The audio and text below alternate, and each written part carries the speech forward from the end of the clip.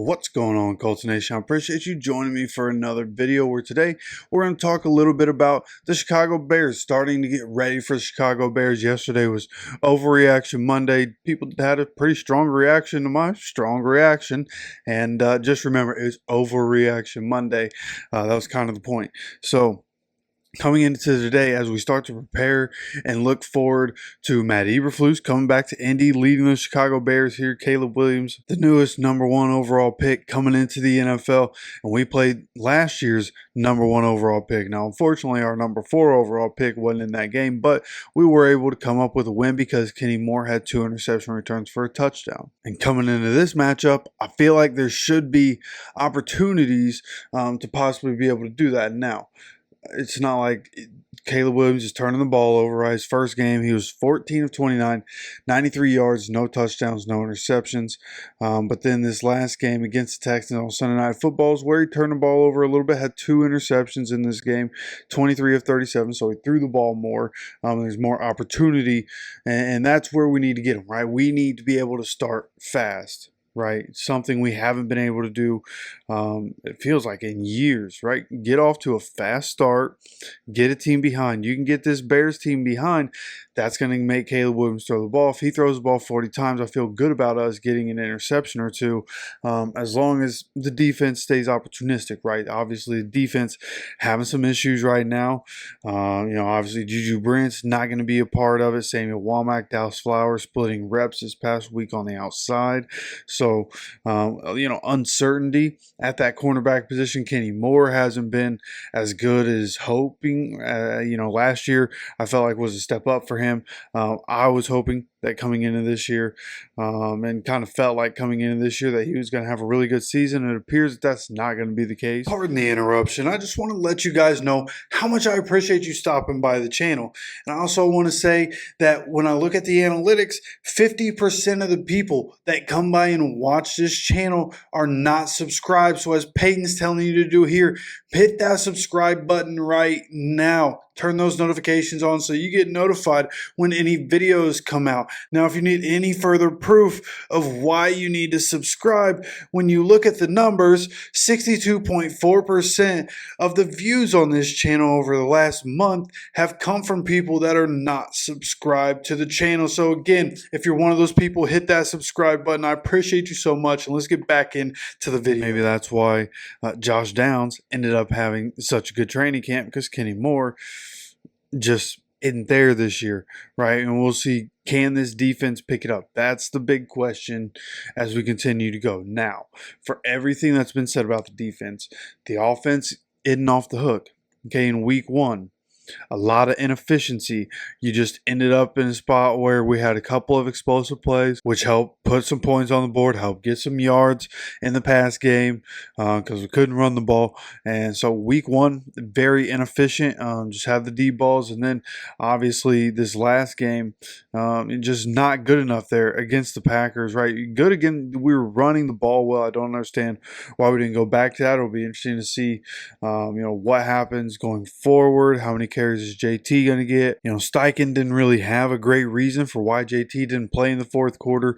All I could really deduct from what he was talking about was that it seems like JT just not good enough in pass protection. When they get into those situations, JT's not going to be in there.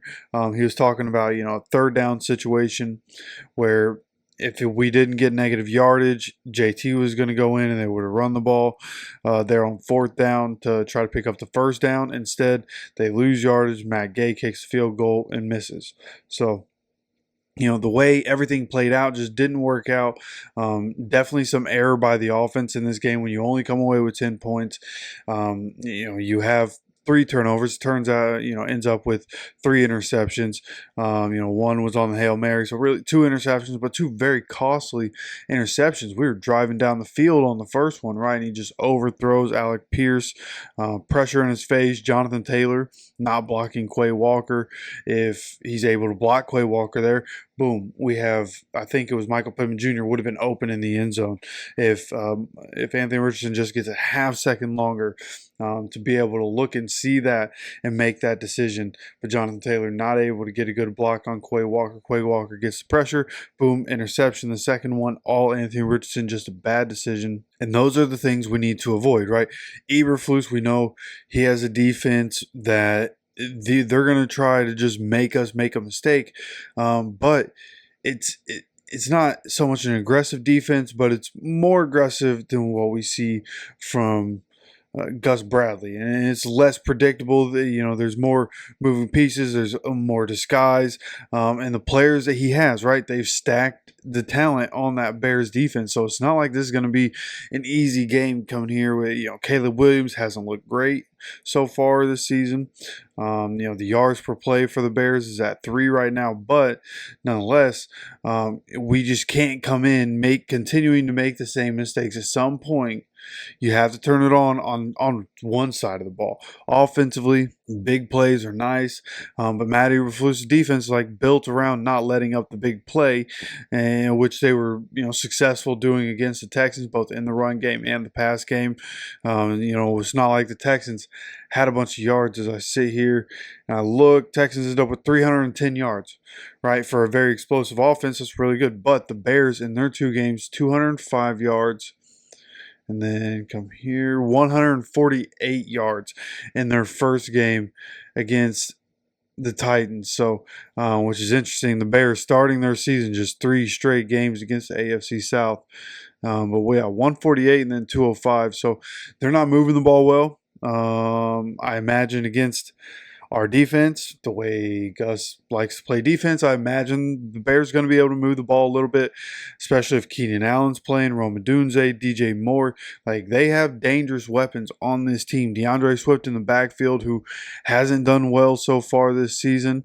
Let's see, 14 carries for 18 yards against the Texans. And then in their first game against the Titans, he had 10 carries for 30 yards. So, yeah, just not very good there. At all for the Bears. And looking at the Colts, some things that alarm me here. Obviously, time of possession average at 40 minutes and 5 seconds for the opposition, 19 minutes, 55 seconds for us.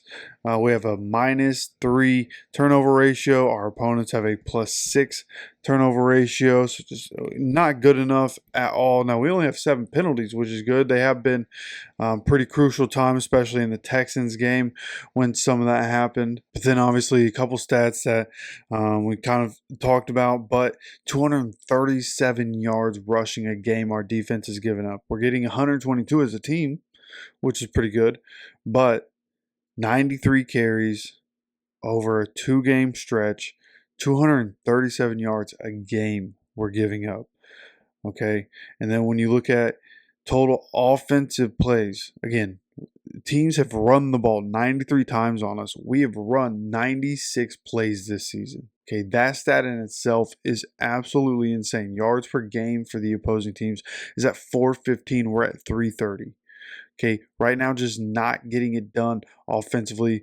Right, 143 plays. Opponents are running 47 more plays than us over a 2-game stretch. That's all it is 2 games, and there's that big of a discrepancy, which leads to the 40-20 time of possession. So, again, offense is not out of the weeds on this one. They're also to blame, right? I know Lawrence Owen, he was in the comment section, made sure to let me know, hey, the offense is to blame, right? Defense only lets up 16 points, which is true. Defense gets demoralized the whole game, right?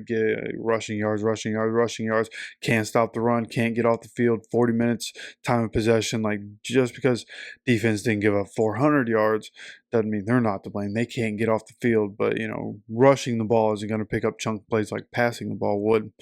You know what I mean? But again, offense also to blame. You only scored 10 points. You only needed to score 17 in this game to win, right? So games like this, the offense, they had the opportunities, right? Don't turn the ball over, and you get there, right? The first interception, we don't turn the ball over that drive. Matt Gay has an opportunity for a field goal. Maybe he hits it. Maybe he hits the one late, right? And then all of a sudden, 16-16, maybe we go to overtime just with those two field goals. But we need to become more efficient. We need to sustain drives, give the defense a break, give the defense time to adjust on the sideline. And the offense has to be able to sustain drives while having that explosive ability, and being able to find a balance there. We need to be able to run the ball. JT cannot get 12 carries for 103, and then we just don't give him the ball. Like, that just can't happen. So coming into this game, gonna be interesting to see what happens, right? Obviously, everybody down on the Colts right now. I still believe that we have the talent on this team. It's just going to be interesting to see how do we adjust as we start to go forward, right? We have AR. He's leading the team right now. He's been able to stay healthy. So how are we going to adjust on the fly in the AR era? And how's it going to look offensively and defensively? What are we going to do? It'll be interesting to see how everything works. I'm just hoping for a good game right now. This is a couple of teams that haven't looked great. The Bears obviously 1-1 as we're 0-2, so at least they have a win on the board. That defense definitely carrying them, which is what one of the things that makes me nervous about this week with the way our offenses looked. But of course, I'd like to know how you feel about the upcoming matchup with the Bears. How you feeling about the Colts and what you've seen from them, the Bears, what you've seen or heard about them, how you think this week's going to go. You let me know down in the comment section. If you have an early prediction, hey, go ahead and let me know that as well. And of course, don't forget to subscribe, have notifications turned on so you get notified anytime we have any more content on this channel. Of course, I appreciate you stopping by for another video. And as always, take care of yourself, take care of each other, and go Colts.